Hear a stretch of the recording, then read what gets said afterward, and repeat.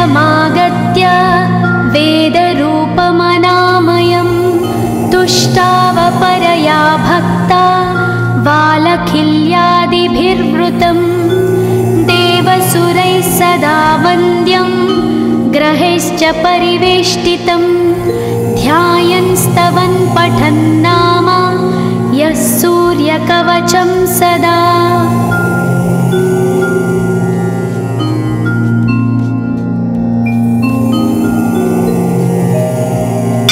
कवचं गृणिः पातु शिरोदेशं सूर्यः पालं च पातु मे आदित्यो लोचने पातु श्रुतिपातः प्रभाकरः घ्राणं पातु सदा भानो अर्कपातु तथा।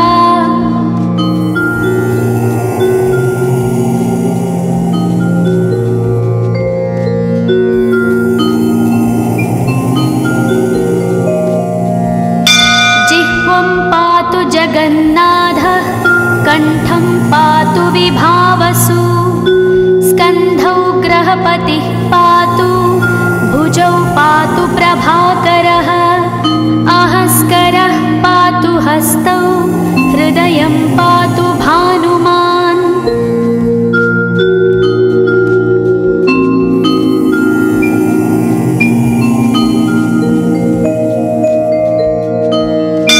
मध्यं च पातु सप्ताश्वो नाभिं पातु नभोमणिः द्वादशात्मा कटिं पातु सविता पातु सक्तिनी ऊरू पातु सुरश्रेष्ठो जानुनी पातु भास्करः जङ्घे पातु च मार्ताण्डो गुल्फौ पातु त्विषाम्पतिः।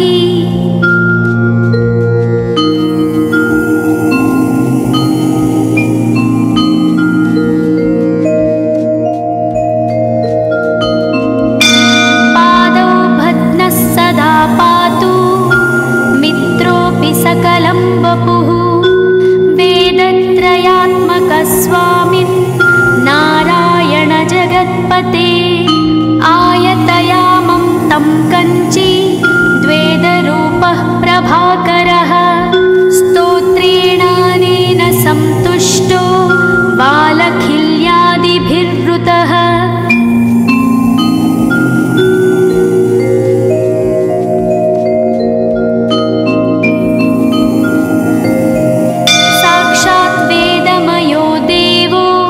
रथारूढः समागतः तं दृष्ट्या सहस्तोत्थाय दण्डवत् प्रणमन् भुवि कृताञ्जलिपुटो भूत्वा सूर्यस्याग्रे स्तुवत्तदा वेदमूर्तिः महाभागो ज्ञानदृष्टिर्विचार्य च ब्रह्मणा स्थापितं पूर्वं यथा यमाविवर्जितम्।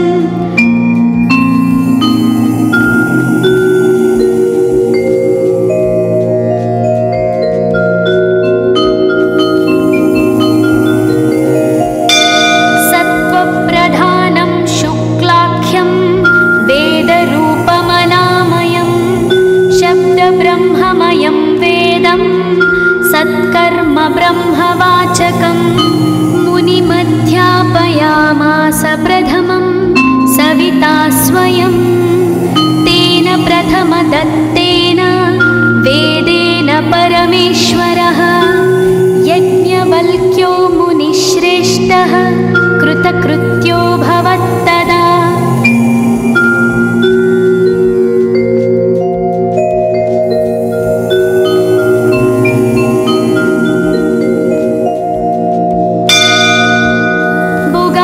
सकलान् वेदान् ज्ञातवान् सूर्यसन्निधौ इदं स्तोत्रं महापुण्यं पवित्रं पापनाशनं यः पठेत् शृणुयाद्वापि सर्वपापैः प्रमुच्यते वेदार्थज्ञानसम्पन्नः सूर्यलोकमवाप्नुयात्।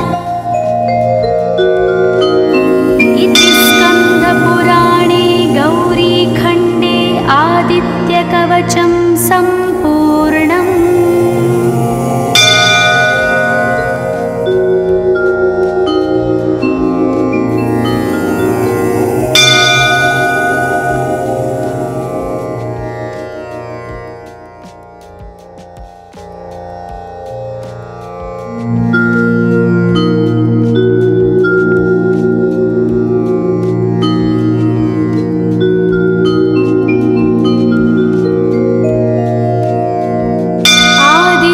कवचं ध्यानम् उदयाचलमागत्य वेदरूपमनामयं तुष्टावपरया भक्ता वालखिल्यादिभिर्वृतं देवसुरैः सदा वन्द्यं ग्रहैश्च परिवेष्टितं ध्यायन् स्तवन् पठन् नाम यः सूर्यकवचं सदा।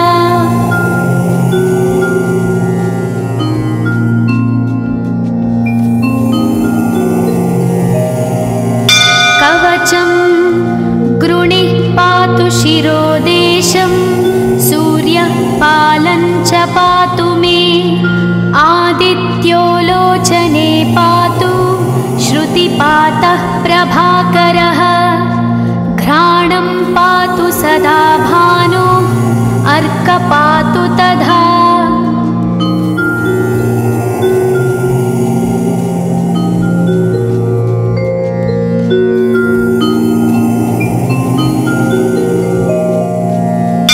जिह्वं पातु जगन्नाथः कण्ठं पातु विभावसु स्कन्धौ ग्रहपतिः पातु भुजौ पातु प्रभाकरः अहस्करः पातु हस्तौ हृदयं पातु भानुमान्।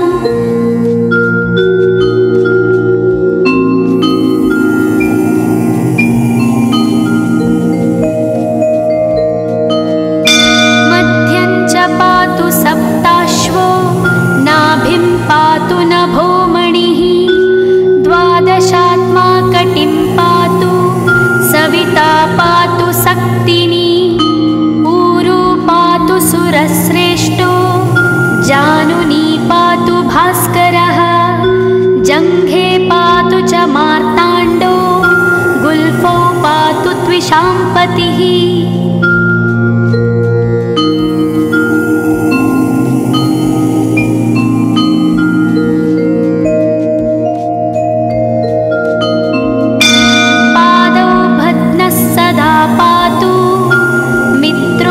सकलं वपुः वेदत्रयात्मकस्वामिन् नारायण जगत्पते आयतयामं तं कञ्ची द्वेदरूपः प्रभाकरः स्तोत्रेणानेन सन्तुष्टो वालखिल्यादिभिर्वृतः।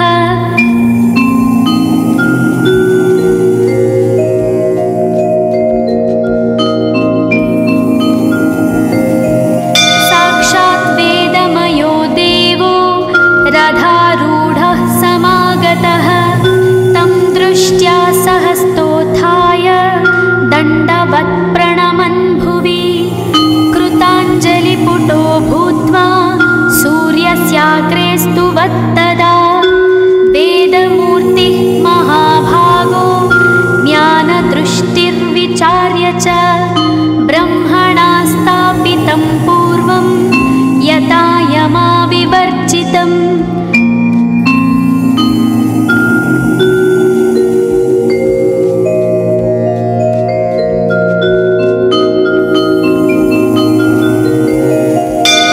सत्त्वप्रधानं शुक्लाख्यं वेदरूपमनामयं शब्दब्रह्ममयं वेदं सत्कर्म ब्रह्मवाचकम् मुनिमध्यापयामास प्रथमं सविता स्वयं तेन प्रथमदत्तेन वेदेन परमेश्वरः यज्ञवल्क्यो मुनिश्रेष्ठः कृतकृत्यो भवत्तदा।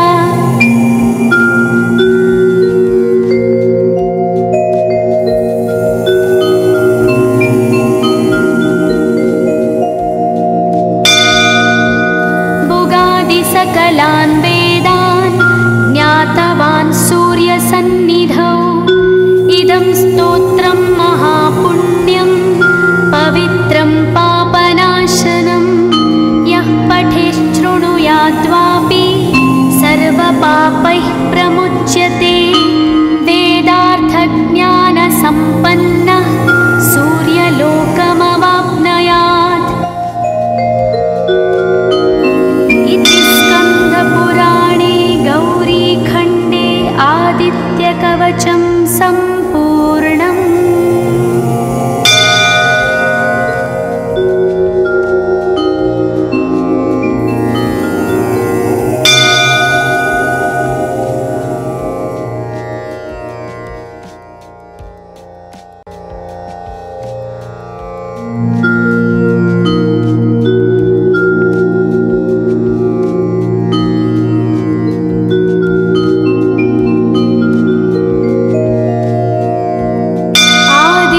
कवचं ध्यानम् उदयाचलमागत्य वेदरूपमनामयं तुष्टावपरया भक्ता वालखिल्यादिभिर्वृतं देवसुरैः सदा वन्द्यं ग्रहैश्च परिवेष्टितं ध्यायन् स्तवन् पठन् नाम यः सूर्यकवचं सदा।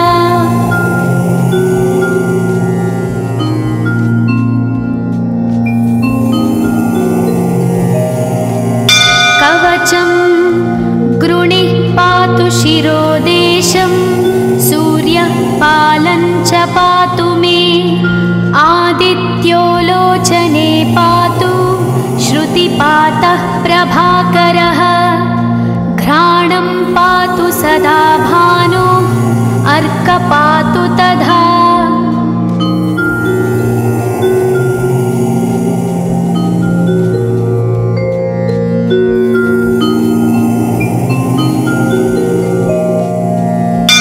जिह्वं पातु जगन्नाथः कण्ठं पातु विभावसु स्कन्धौ ग्रहपतिः पातु भुजौ पातु प्रभाकरः अहस्करः पातु हस्तौ हृदयं पातु भानुमान्।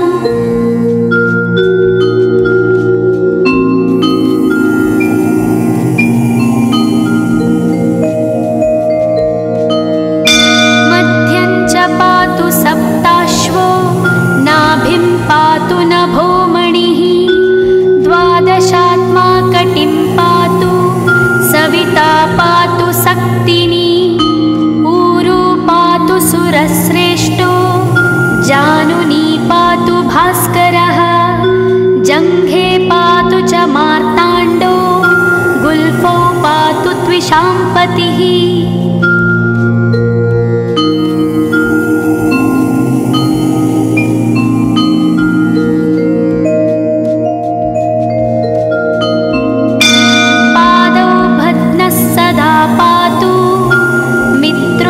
सकलं वपुः वेदत्रयात्मकस्वामिन् नारायण जगत्पते आयतयामं तं कञ्ची द्वेदरूपः प्रभाकरः स्तोत्रेणानेन सन्तुष्टो वालखिल्यादिभिर्वृतः।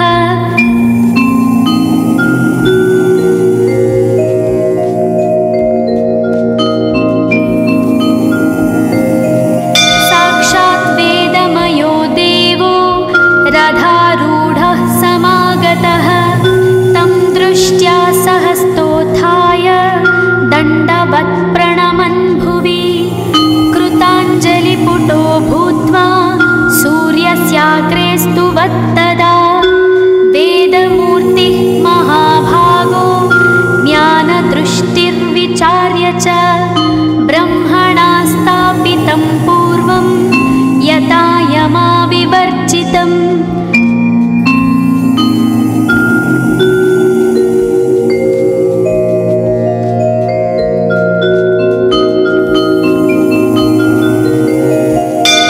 सत्त्वप्रधानं शुक्लाख्यं वेदरूपमनामयं शब्दब्रह्ममयं वेदं सत्कर्म ब्रह्मवाचकम् मुनिमध्यापयामास प्रथमं सविता स्वयं तेन प्रथमदत्तेन वेदेन परमेश्वरः यज्ञवल्क्यो मुनिश्रेष्ठः कृतकृत्यो भवत्तदा।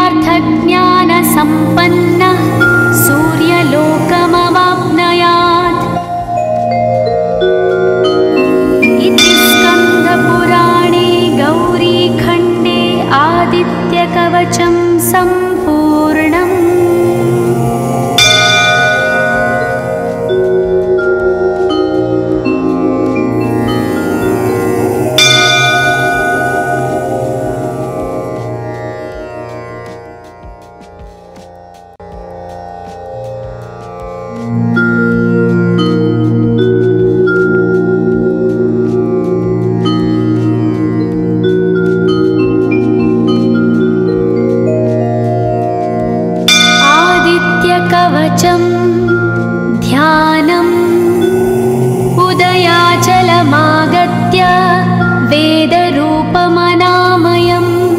तुष्टावपरया भक्ता वालखिल्यादिभिर्वृतं देवसुरैः सदा वन्द्यं ग्रहैश्च परिवेष्टितं ध्यायन् स्तवन् पठन् नाम यः सूर्यकवचं सदा।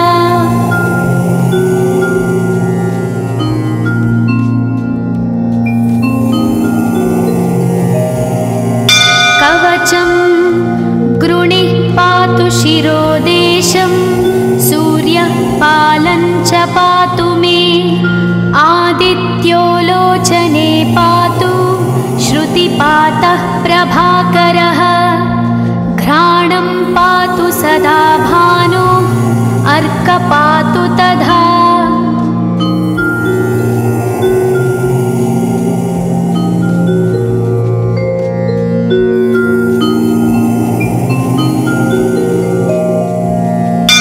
जिह्वं पातु जगन्नाथः कण्ठं पातु विभावसु स्कन्धौ ग्रहपतिः पातु भुजौ पातु प्रभाकरः अहस्करः पातु हस्तौ हृदयं पातु भानुमान्।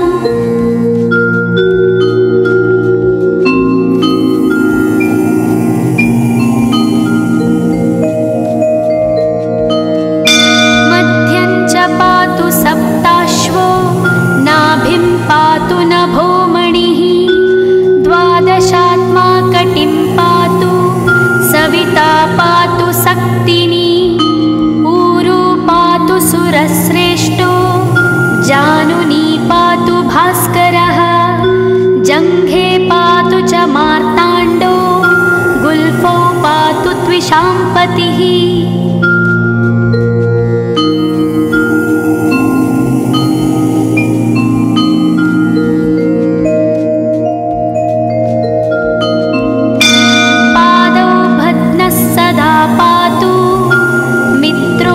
सकलं वपुः वेदत्रयात्मकस्वामिन् नारायण जगत्पते आयतयामं तं कञ्ची द्वेदरूपः प्रभाकरः स्तोत्रेणानेन सन्तुष्टो वालखिल्यादिभिर्वृतः।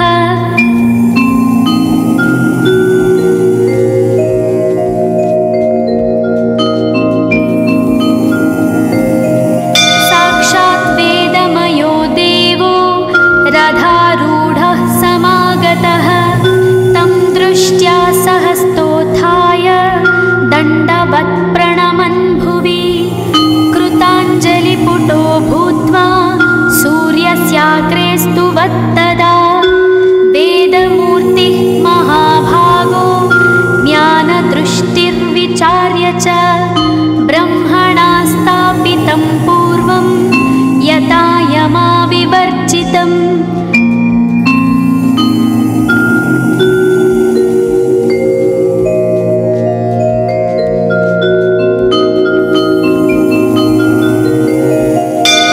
सत्त्वप्रधानं शुक्लाख्यं वेदरूपमनामयं शब्दब्रह्ममयं वेदं सत्कर्म ब्रह्मवाचकम् मुनिमध्यापयामास प्रथमं सविता स्वयं तेन प्रथमदत्तेन वेदेन परमेश्वरः यज्ञवल्क्यो मुनिश्रेष्ठः कृतकृत्यो भवत्तदा।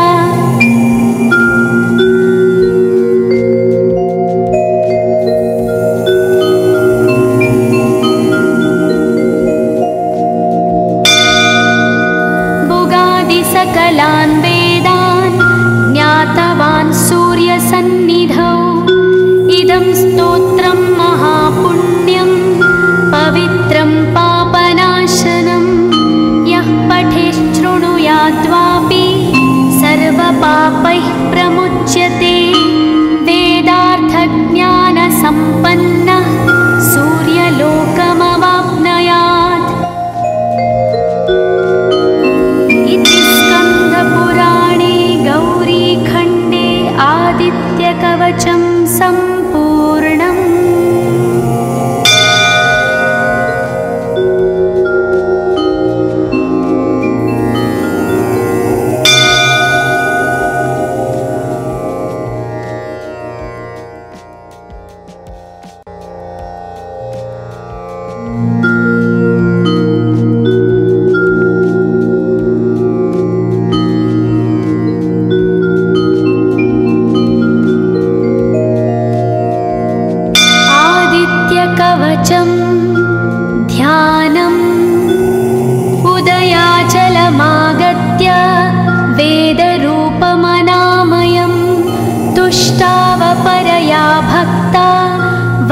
बालखिल्यादिभिर्वृतं देवसुरैः सदा वन्द्यं ग्रहैश्च परिवेष्टितं ध्यायन् स्तवन् पठन् नाम यः सूर्यकवचं सदा।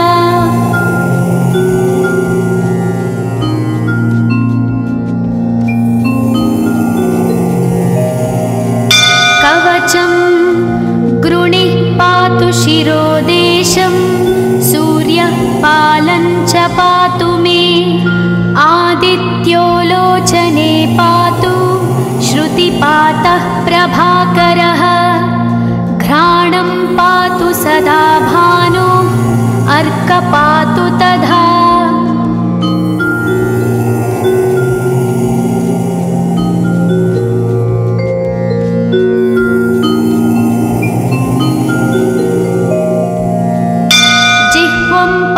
जगन्नाथः कण्ठं पातु विभावसु स्कन्धौ ग्रहपतिः पातु भुजौ पातु प्रभाकरः अहस्करः पातु हस्तौ हृदयं पातु भानुमान्।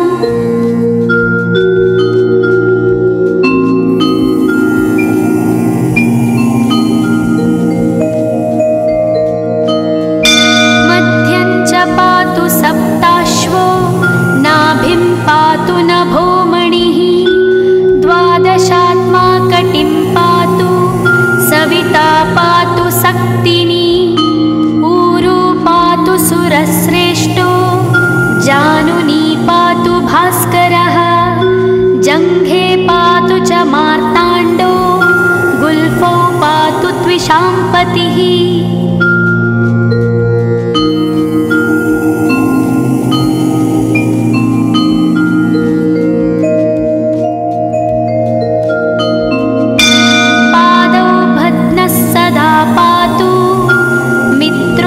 सकलं वपुः वेदत्रयात्मकस्वामिन् नारायण जगत्पते आयतयामं तं कञ्ची द्वेदरूपः प्रभाकरः स्तोत्रेणानेन सन्तुष्टो बालखिल्यादिभिर्वृतः।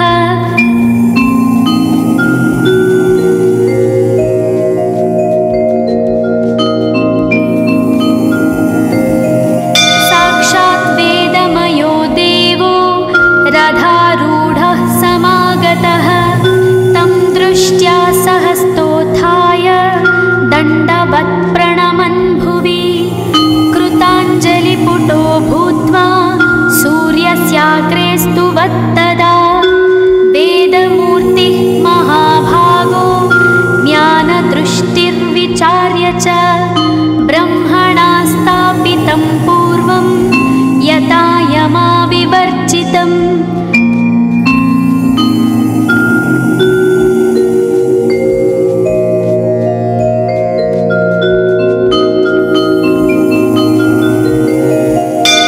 सत्त्वप्रधानं शुक्लाख्यं वेदरूपमनामयं शब्दब्रह्ममयं वेदं सत्कर्म ब्रह्मवाचकम् मुनिमध्यापयामास प्रथमं सविता स्वयं तेन प्रथमदत्तेन वेदेन परमेश्वरः यज्ञवल्क्यो मुनिश्रेष्ठः कृतकृत्यो भवत्तदा।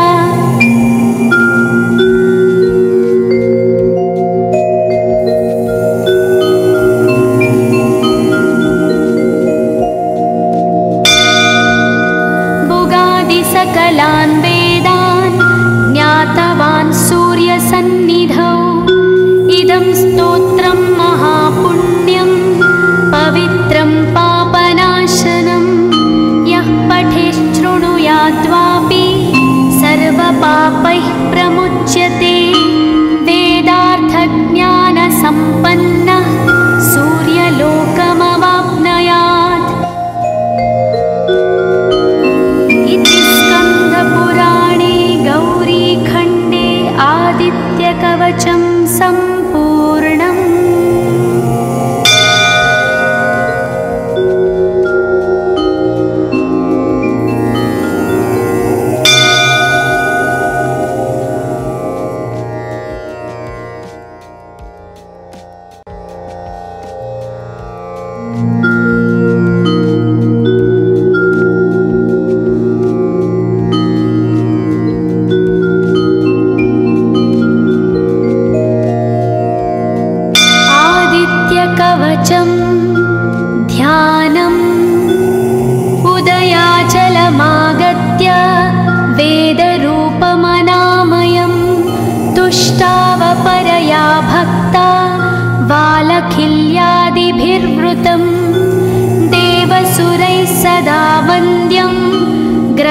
सूर्यैश्च परिवेष्टितं ध्यायन् स्तवन् पठन् नाम यः सूर्यकवचं सदा।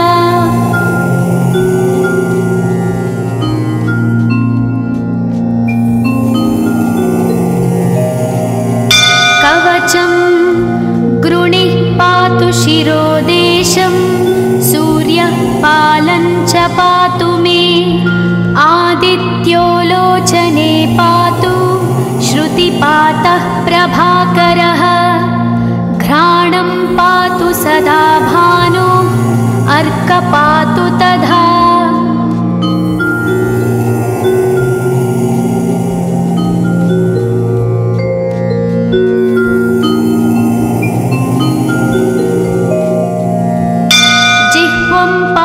जगन्नाथः कण्ठं पातु विभावसु स्कन्धौ ग्रहपतिः पातु भुजौ पातु प्रभाकरः अहस्करः पातु हस्तौ हृदयं पातु भानुमान्।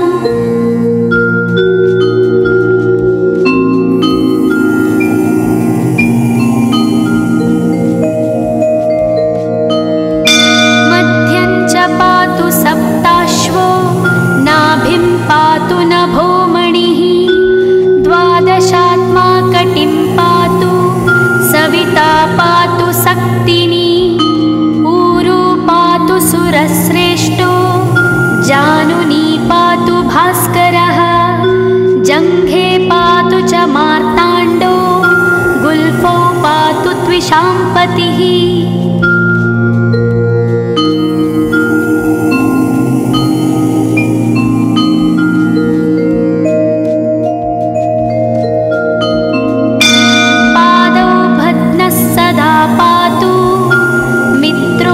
सकलं वपुः वेदत्रयात्मकस्वामिन् नारायण जगत्पते आयतयामं तं कञ्ची द्वेदरूपः प्रभाकरः स्तोत्रेणानेन सन्तुष्टो बालखिल्यादिभिर्वृतः।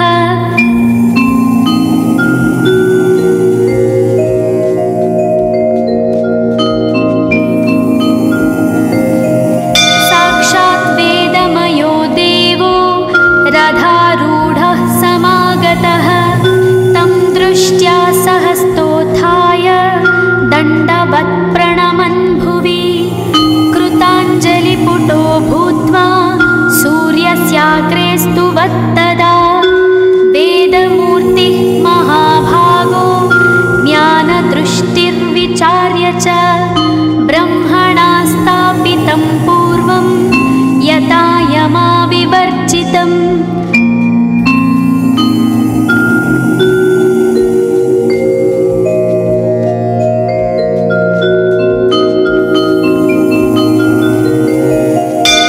सत्त्वप्रधानं शुक्लाख्यं वेदरूपमनामयं शब्दब्रह्ममयं वेदं सत्कर्म ब्रह्मवाचकम् मुनिमध्यापयामास प्रथमं सविता स्वयं तेन प्रथमदत्तेन वेदेन परमेश्वरः यज्ञवल्क्यो मुनिश्रेष्ठः कृतकृत्यो भवत्तदा।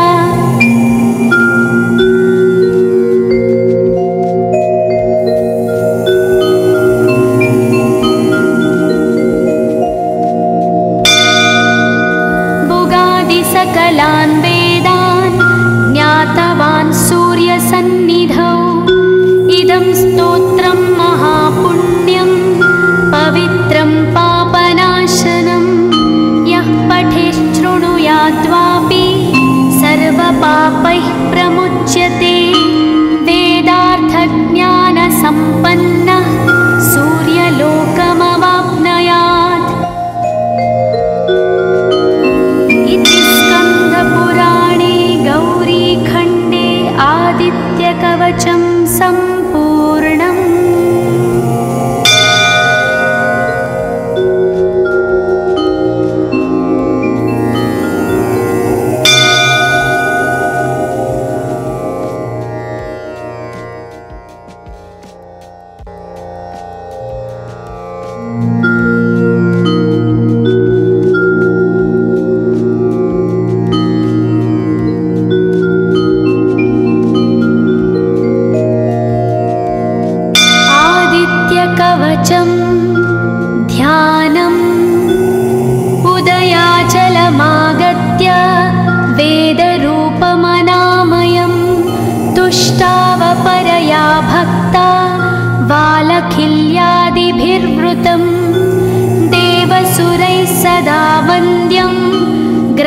सूर्यैश्च परिवेष्टितं ध्यायन् स्तवन् पठन् नाम यः सूर्यकवचं सदा।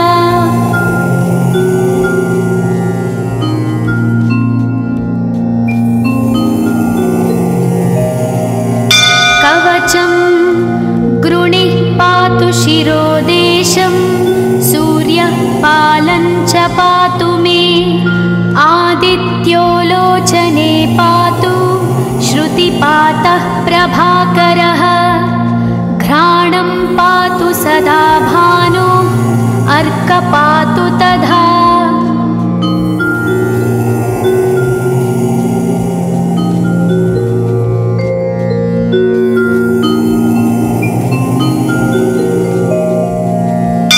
जिह्वं पातु जगन्नाथः कण्ठं पातु विभावसु स्कन्धौ ग्रहपतिः पातु भुजौ पातु प्रभाकरः आहस्करः पातु हस्तौ हृदयं पातु भानुमान्।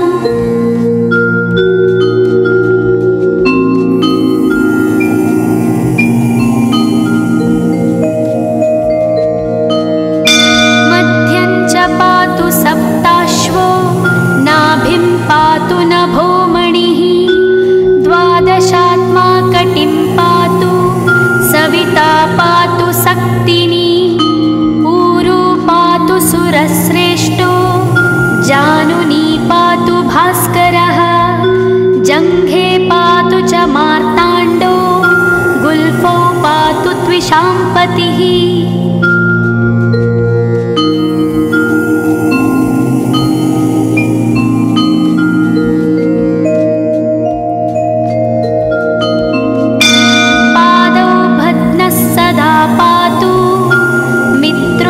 सकलं वपुः वेदत्रयात्मकस्वामिन् नारायण जगत्पते आयतयामं तं कञ्ची द्वेदरूपः प्रभाकरः स्तोत्रेणानेन सन्तुष्टो बालखिल्यादिभिर्वृतः।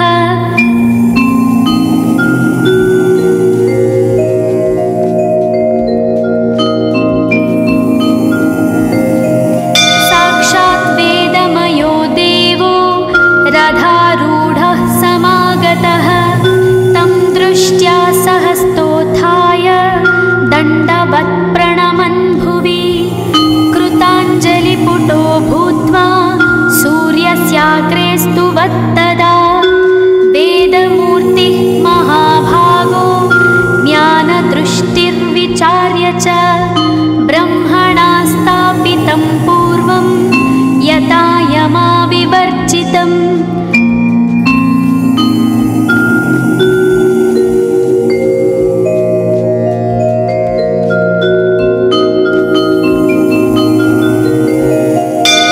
सत्त्वप्रधानं शुक्लाख्यं वेदरूपमनामयं शब्दब्रह्ममयं वेदं सत्कर्म ब्रह्मवाचकम् मुनिमध्यापयामास प्रथमं सविता स्वयं तेन प्रथमदत्तेन वेदेन परमेश्वरः यज्ञवल्क्यो मुनिश्रेष्ठः कृतकृत्यो भवत्तदा।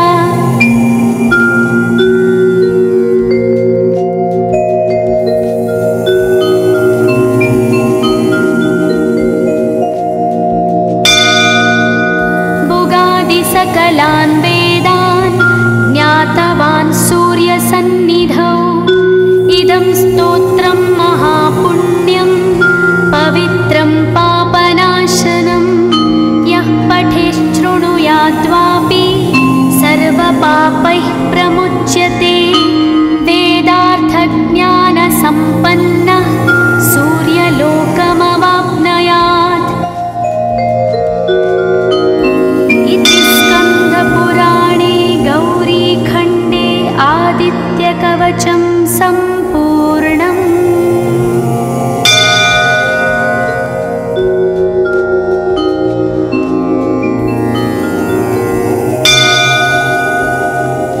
ॐ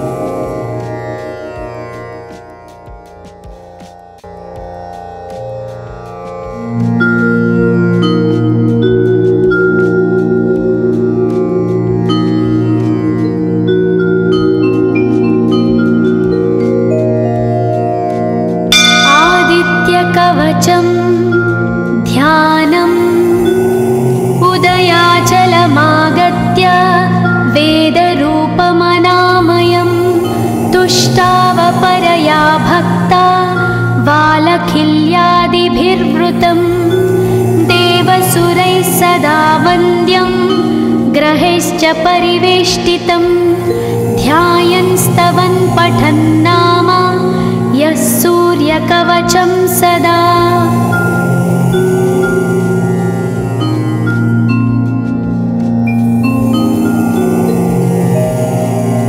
कवचं गृणिः पातु शिरोदेशं सूर्यः पालं च पातु मे आदित्यो लोचने पातु श्रुतिपातः प्रभाकरः घ्राणं पातु सदा भानो अर्कपातु तथा।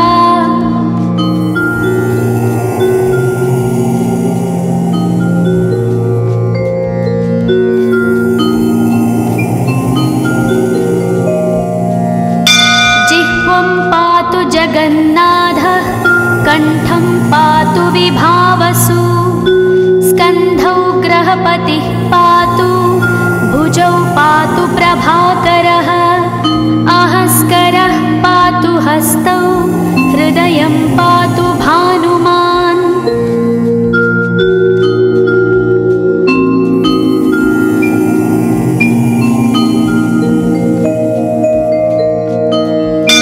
मध्यं च पातु सप्ताश्वो नाभिं पातु नभोमणिः द्वादशात्मा कटिं पातु सविता पातु सक्तिनी ऊरू पातु सुरश्रेष्ठो जानुनी पातु भास्करः जङ्घे पातु च मार्ताण्डो गुल्फौ पातु त्विषाम्पतिः।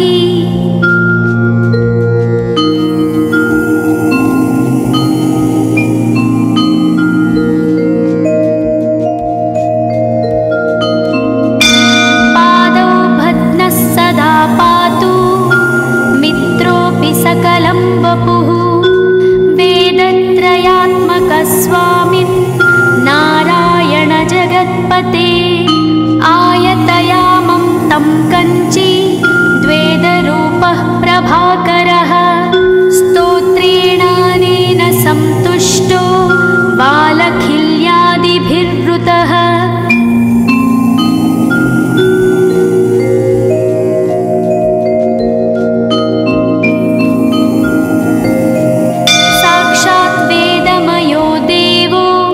रथारूढः समागतः तं दृष्ट्या सहस्तोत्थाय दण्डवत् प्रणमन् भुवि कृताञ्जलिपुटो भूत्वा सूर्यस्याग्रे स्तुवत्तदा वेदमूर्तिः महाभागो ज्ञानदृष्टिर्विचार्य च ब्रह्मणा स्थापितं पूर्वं यथा यमाविवर्जितम्।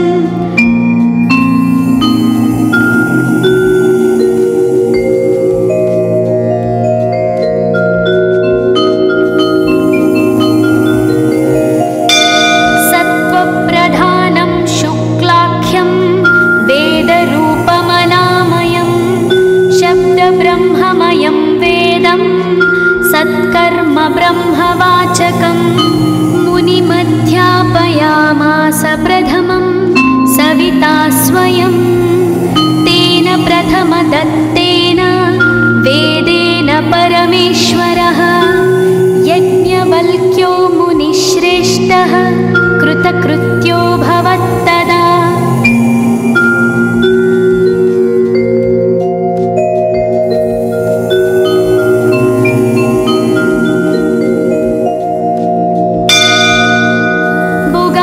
सकलान् वेदान् ज्ञातवान् सूर्यसन्निधौ इदं स्तोत्रं महापुण्यं पवित्रं पापनाशनं यः पठेच्छृणुयाद्वापि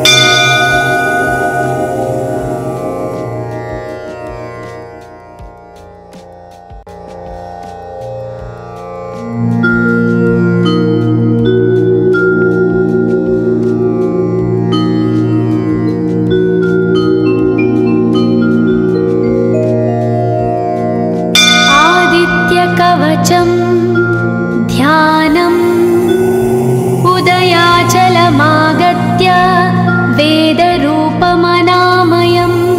तुष्टावपरया भक्ता वालखिल्यादिभिर्वृतं देवसुरैः सदा वन्द्यं ग्रहैश्च परिवेष्टितं ध्यायन् स्तवन् पठन् नाम यः सूर्यकवचं सदा।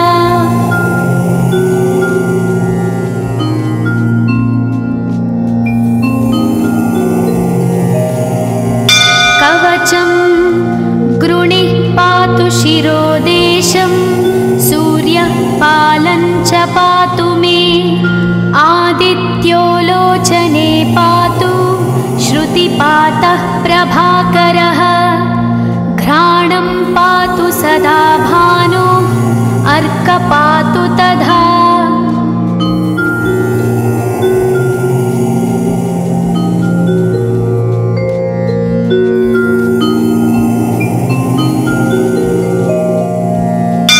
जिह्वं पातु जगन्नाथः कण्ठं पातु विभावसु स्कन्धौ ग्रहपतिः पातु भुजौ पातु प्रभाकरः अहस्करः पातु हस्तौ हृदयं पातु भानुमान्।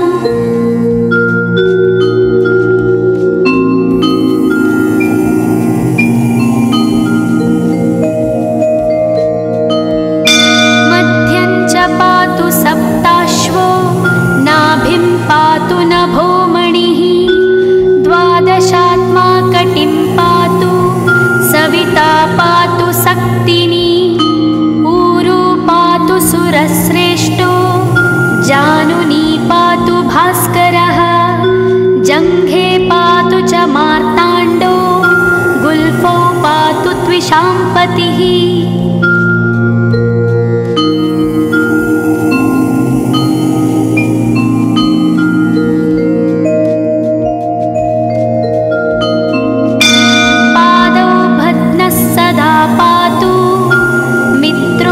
सकलं वपुः वेदत्रयात्मकस्वामिन् नारायण जगत्पते आयतयामं तं कञ्ची द्वेदरूपः प्रभाकरः स्तोत्रेणानेन सन्तुष्टो वालखिल्यादिभिर्वृतः।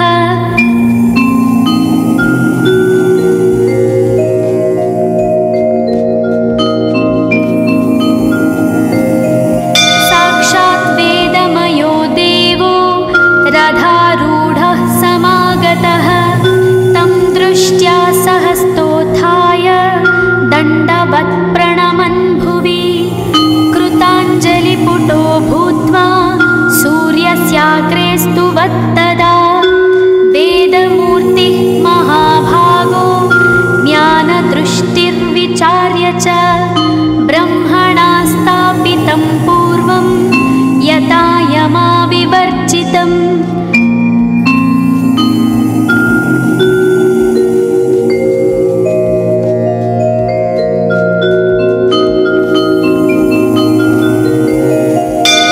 सत्त्वप्रधानं शुक्लाख्यं वेदरूपमनामयं शब्दब्रह्ममयं वेदं सत्कर्म ब्रह्मवाचकम् मुनिमध्यापयामास प्रथमं सविता स्वयं तेन प्रथमदत्तेन वेदेन परमेश्वरः यज्ञवल्क्यो मुनिश्रेष्ठः कृतकृत्यो भवत्तदा।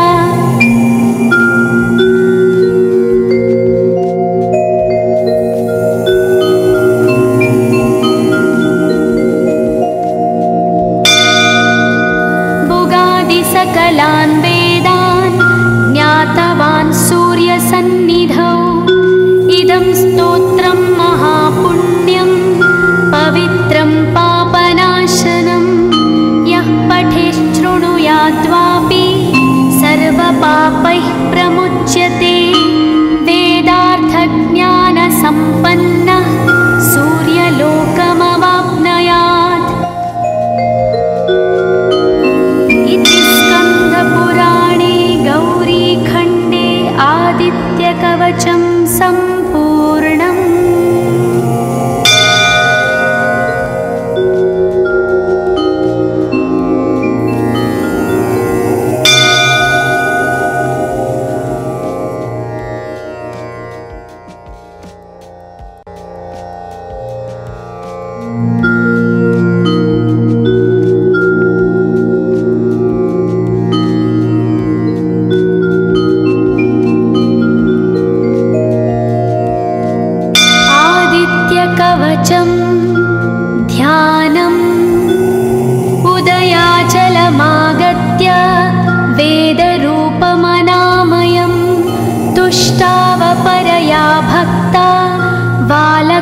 वालखिल्यादिभिर्वृतं देवसुरैः सदा वन्द्यं ग्रहैश्च परिवेष्टितं ध्यायन् स्तवन् पठन् नाम यः सूर्यकवचं सदा।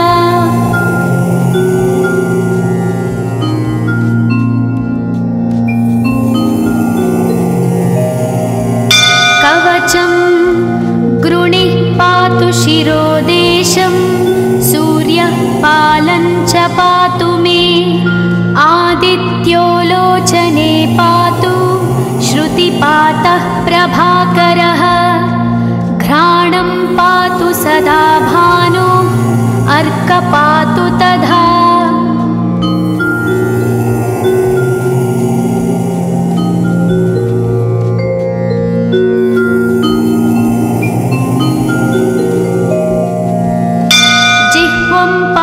जगन्नाथः कण्ठं पातु विभावसु स्कन्धौ ग्रहपतिः पातु भुजौ पातु प्रभाकरः अहस्करः पातु हस्तौ हृदयं पातु भानुमान्।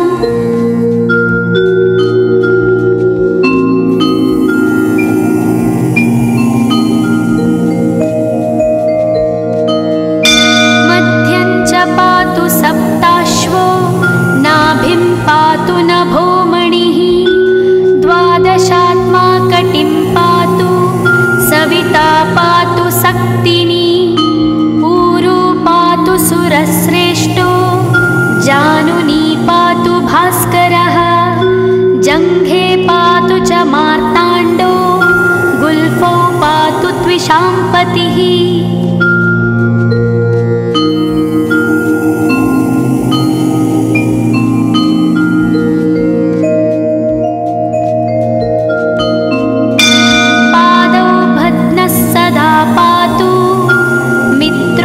सकलं वपुः वेदत्रयात्मकस्वामिन् नारायण जगत्पते आयतयामं तं कञ्ची द्वेदरूपः प्रभाकरः स्तोत्रेणानेन सन्तुष्टो वालखिल्यादिभिर्वृतः।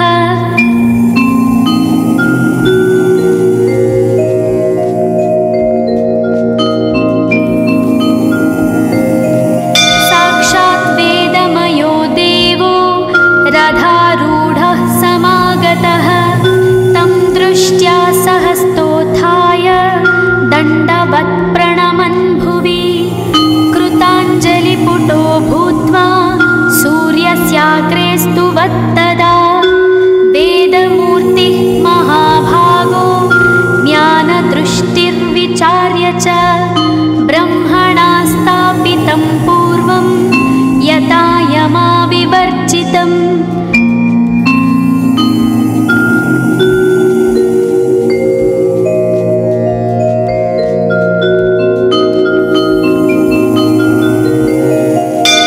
सत्त्वप्रधानं शुक्लाख्यं वेदरूपमनामयं शब्दब्रह्ममयं वेदं सत्कर्म ब्रह्मवाचकम् मुनिमध्यापयामास प्रथमं सविता स्वयं तेन प्रथमदत्तेन वेदेन परमेश्वरः यज्ञवल्क्यो मुनिश्रेष्ठः कृतकृत्यो भवत्तदा।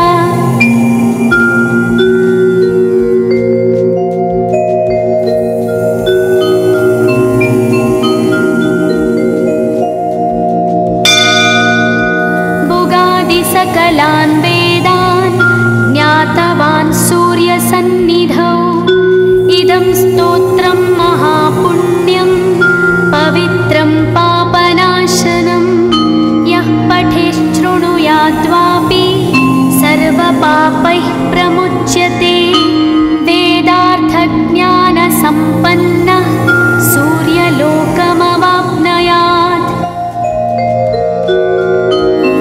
इति स्कन्दपुराणे गौरीखण्डे आदित्यकवचं सम्पूर्णम्।